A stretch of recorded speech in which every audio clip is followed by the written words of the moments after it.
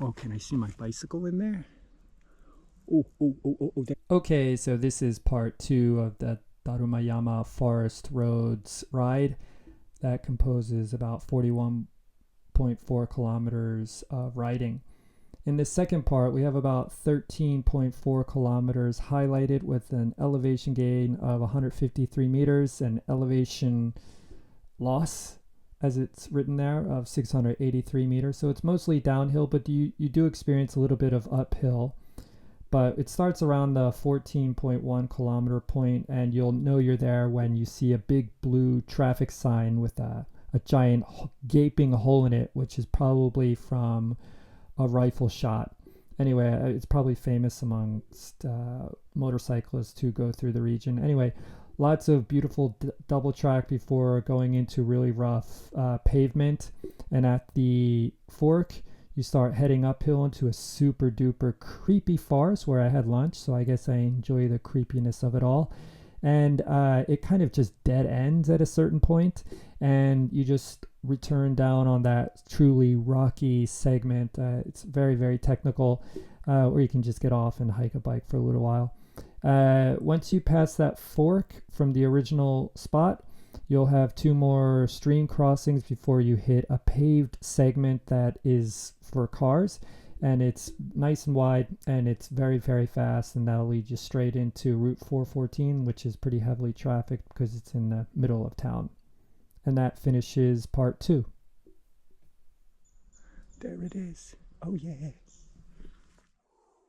Eines Abends, als der Mond aufging und das Lagerfeuer brannte, kam ein Hobo seines Weges, der die Gegend sehr gut kannte. Sprach, ich suche ein Land, weit weg von hier, jenseits des Reichs der Zwerge. Leute, kommt mit mir, los wandern wir in die Kandiszuckerbergen. In den Kandiszuckerbergen liegt ein Land so wunderschön. Trinkgeld wächst an Büschen und du musst nie früh aufstehen. Alle Züge stehen dir offen und die Sonne scheint jeden Tag. Auf ein Land ohne Zäune, Zigarettenbäume, wo Limo fließt, Schokolade sprießt in den Kandiszuckerbergen. In den Kandiszuckerbergen werden Socken nie gewechselt. Rinnsale von Alkohol kommen aus dem Fels getröpfelt. Fette Früchte an den Bäumen, in den Scheunen Heu zum Träumen. Es gibt Seen aus Stew und aus Whisky dazu. Du kannst darin paddeln in einem Kanu, in den Kandiszuckerbergen. In den Kandiszuckerbergen tragen Bullen Beinprothesen. Wachhunde haben Gummizähne, Männer kriegen Spesen. Alle Bremser grüßen höflichst, die Bahnbullen sind blind. Ich will in ein Land, wo kein Regen fällt, wo kein Windsturm bläst, keine Kälte uns quält. In den Kandiszuckerbergen. In den Kandiszuckerbergen sind die Knäste aus Blech. Wenn du heute einfährst, bist du morgen wieder weg. Es gibt keine fiesen Spaten, Sägen, Äxte oder Hacken. Ich will dort bleiben, wo sie niemanden treibt. Stellt den Kerl an die Wand, der die Arbeit erfand, in den Kandiszuckerbergen.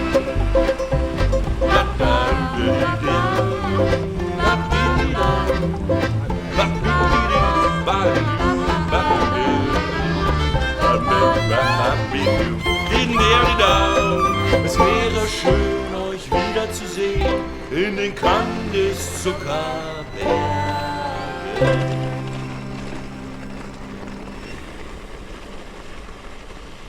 Oh, muddy.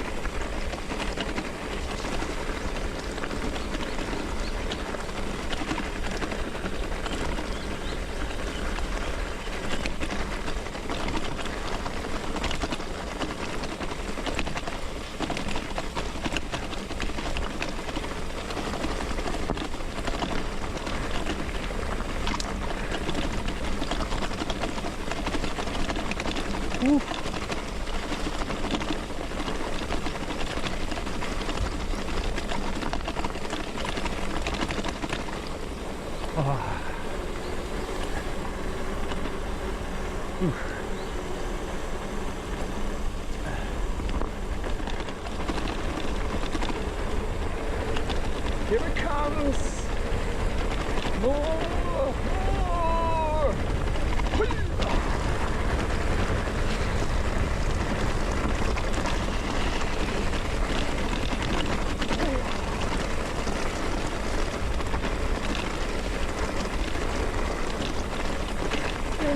Yes.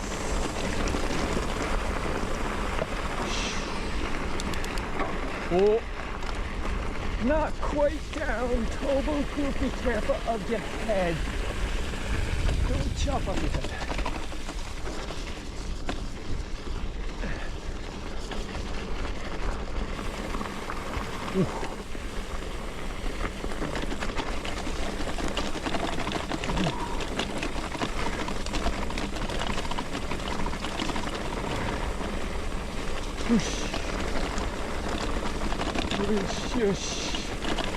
Yes. Oof.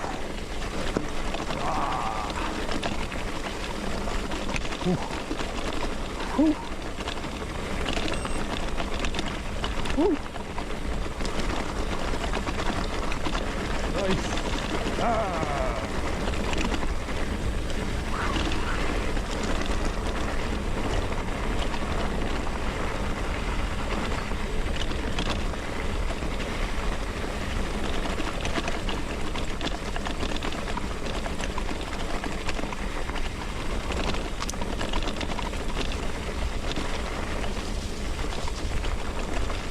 Here it comes.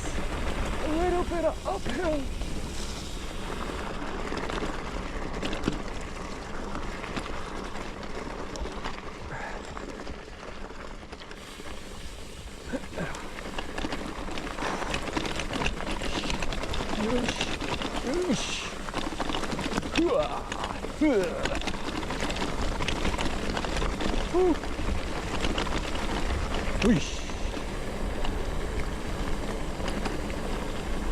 And here we go. Oh, by the way, the music that I had at the top of the video is from some band called the Overall Brigade, which I think is pretty funny. Funny name to have. They're from Germany. Obviously, I don't know German, but they're singing a cover of the Old Rock Candy Mountain in German, which I just love the sound of the words coming out of their mouths as they sing a song that's very familiar to me in certain ways, from Oh Brother, Where Art Thou? It comes from, or that's how I learned about it. I just love the tone of it. And, it's mountain related, so I thought it was appropriate for a cycling video in the mountains. I have another song that I've added to this video later on. What in God's name is that called? Let me see here. Let's see here. What is it called? It's called Ain't Got No Home. And they sing that one in English, so we hear their voices with a German accent singing an English song, which I think adds a nice flavor to the video. I'm having a pretty good time on this downhill section, even though it's mostly pavement. It's kind of like a bumpy pavement. It's not exactly smooth, so the mountain bike does well on this type of area. What I'm doing with my arms, like I have these arm cover things, and the elastic always loosens up so much that they always fall down my arms. So I use those Velcro straps that you tighten around your pant legs to keep it out of the chain rings and to prevent it from tearing up on my arms. I just use that. I was thinking about, maybe I gotta sew in new elastic stuff or whatever, but this is way better move to just use those pant fastener things to keep them held up in your arms. It works pretty well. That's my little hack of the day. Speaking of hacks, I'm a hack. No. Sorry about the audio edit. But anyway, Workman is this awesome shop that used to be all about construction worker clothes and stuff like that, but now they've gone like camping chic, and all their clothes are like 2,000 yen. They sell like fireproof pants for campfires. They've got waterproof stuff. I bought these shorts that go past my knee. They're kind of like mountain bike style, but they're 2,000 yen. Yo, 2,000 yen. Montbell is like 7,700 yen for a pair of mountain bike shorts. Screw that, man.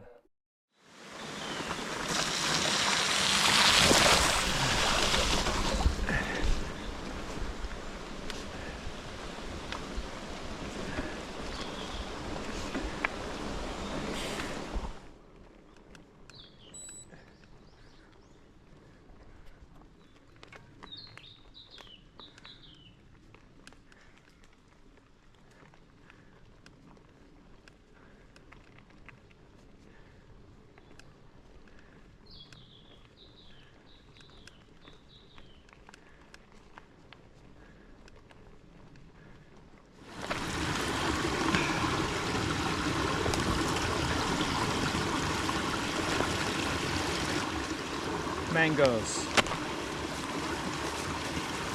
Egg sandwich.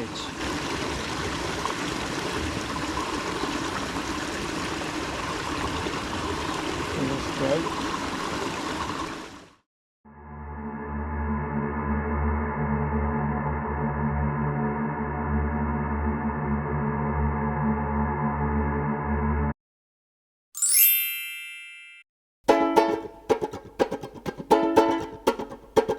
I ain't got no home, I'm just a rambling round, hard-working rambling man, and I go from town to town. Police make it hard wherever I may go. I ain't got no home in this world anymore. My brothers and my sisters are stranded on this road, on dusty road that a million feet in water. Richard took my home and groceries on my door. I ain't got no home in this world anymore. I've been working on my shares, and always I was poor. The money that I made, I brought to the banker's store. My wife, she caught a fever, she died on the cabin floor. I ain't got no home in this world anymore. I'm minding your minds and I gathered in your corn. I've been working sister since the day that I was born. Now I'm already all the time like I never did before. I ain't got no home in this world anymore.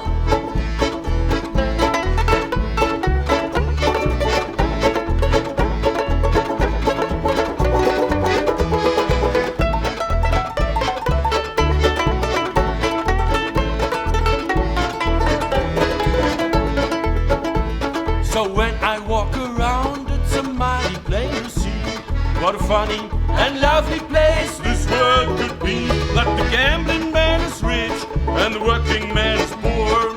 I ain't got no home in this world anymore. Say the gambling man is rich and the working man is poor. I ain't got no home in this world anymore. Say the gambling man is rich and the working man is poor. I ain't got no home in this world anymore. I was talking complete nonsense through this section, so I turned off the audio. So I figure I'd just give myself a chance to talk about all the different bicycles I've ridden and what are my concerns with the bicycles I have and what I've considered over the past few years. So right now on this video, I'm riding a Trek Roscoe 8 Gen 3 that I bought last year on sale at a local Trek dealer, and I'm really happy with it because I can, get through these types of trails relatively easy, and it's got really nice suspension. But actually, ironically, as I was climbing up the roads, I turn off my suspension, and when I'm going down these hills, this off-road stuff, I don't have the suspension on right now, but I'm having a good time. It's just, I've realized that the 2.6-inch wide tires do so much to smooth things out even without the suspension, and it's pretty fun. But I know that I would have been able to go much faster if I had the suspension on. But it's just gives you so much confidence to have that width of tire on the bicycle. But it's not just the width of the tire. I'm starting to understand what it means to have good head tube angle, like that 65-degree head tube angle, gives you a lot more confidence as well, because you're not like over the front wheel like on the bomb track I have, the Hook EXTC. That's got a 72-degree head tube angle, and yeah, if I'm going down something this steep or even more steeper than this, I just feel like I'm gonna be thrown off the handlebars, even though the tire width on that bicycle is around 2.1 inches, the max. I've got Rutlands on that, and they're great. The Mezcal and a Mezcal in the back, but overall, I feel like for my type of riding, a hardtail is pretty ideal. I'm always kind of searching for that one bicycle that I could, split the difference with, but I don't know if there is one. I think the closest one would be the Salsa Cutthroat if I took off the carbon fork and put a 100mm suspension fork on it, because of the head tube angle is 69 degrees, which is 3 degrees more slack than the bomb tracks, and it's got a longer wheelbase. I don't know how much longer, but it seems like it's a good deal longer. Actually, the bomb track Hook EXTC is quite a svelte, small bicycle compared to other gravel bikes out there. I think it's really on the racier end, and it's not quite my speed, but I'm making it my own style. I've upgraded the cassette to an 1146, and I bought it off the Pros Closet. And here's my little rant about that. Like they have the 30-day return policy, which I think is great. However, I was coming back to Japan, and part of the 30 days would be in Japan. So I kind of became disenchanted with it within the first 30 days, because when I took it to the local bike shop, they said like some of the bolts on the calipers were stripped, and the through axle was getting stripped in the front, and I ended up replacing those two parts. So I kind of feel a little bit gypped, but it's not really the Pros Closet fault, because it's just my circumstances. Like I would have just returned it, with the no question asked policy, and then thought about getting another bicycle. And of course, I have this buyer's remorse, this endless buyer's remorse, because there's so many varieties of different bicycles that you could possibly buy. And it's all this, internet algorithm stuff, running through the systems here. And when I came back to Japan, I started getting the algorithm started pushing the Kona Sutra LTD on me. And I was like, oh, that's a pretty good bicycle, but it's still geared toward gravel. It's got a slacker head tube angle than the bomb track. It's a steel frame. The stem is shorter. It's closer to like a mountain bike, but it's still got drop bars on it. And the front chain ring, I think it was a 36 or a 38.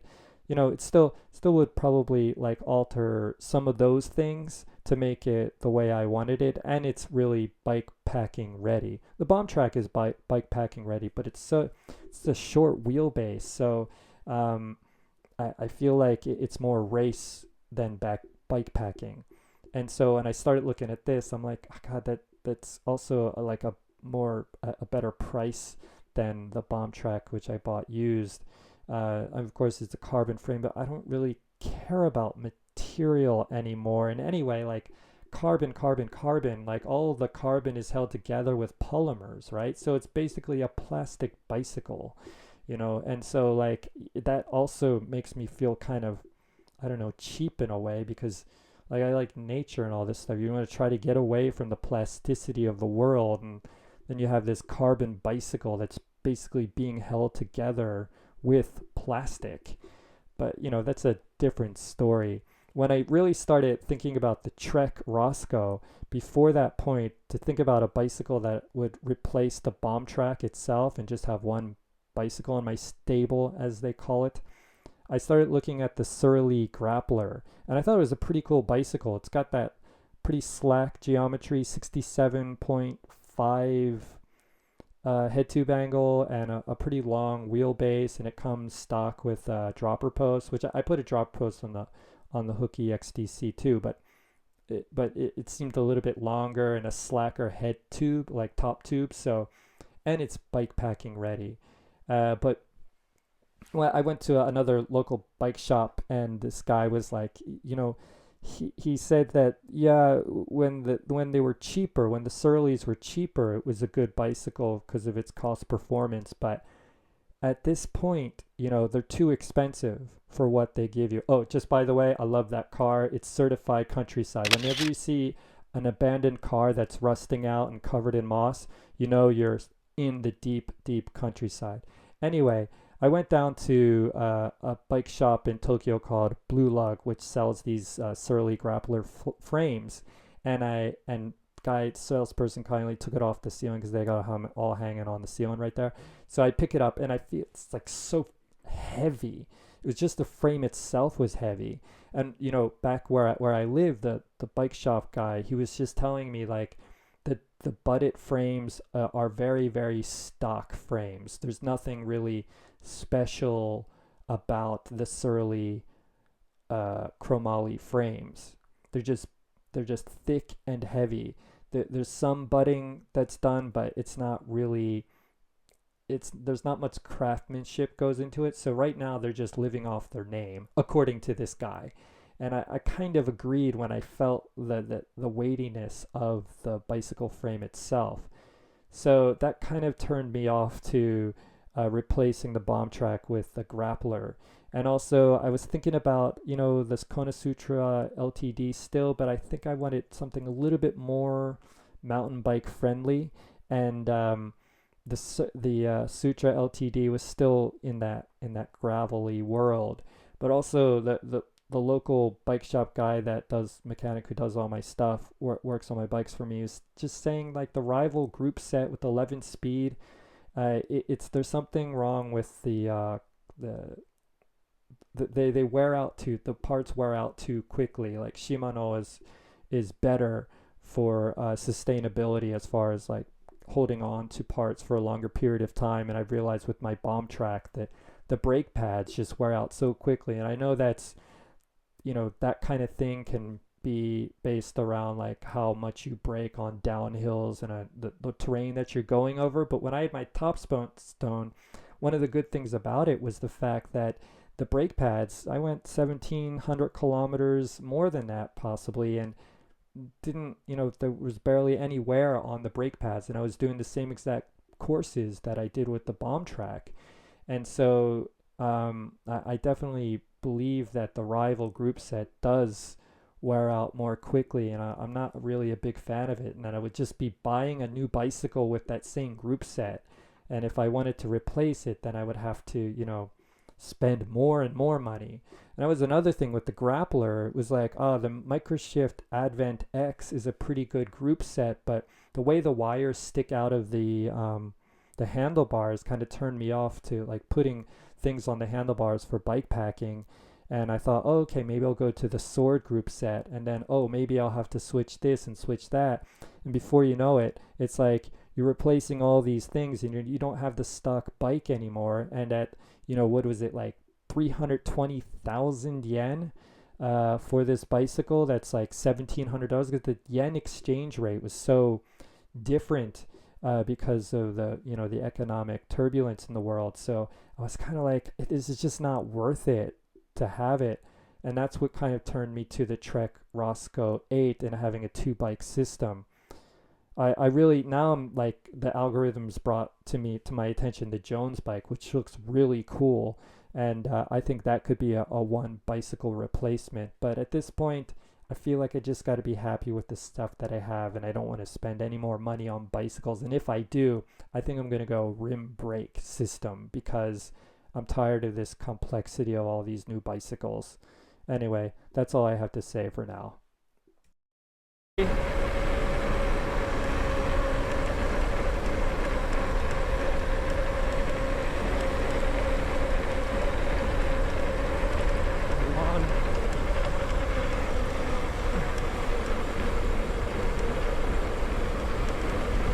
Need to go faster than this? I mean, I don't think so.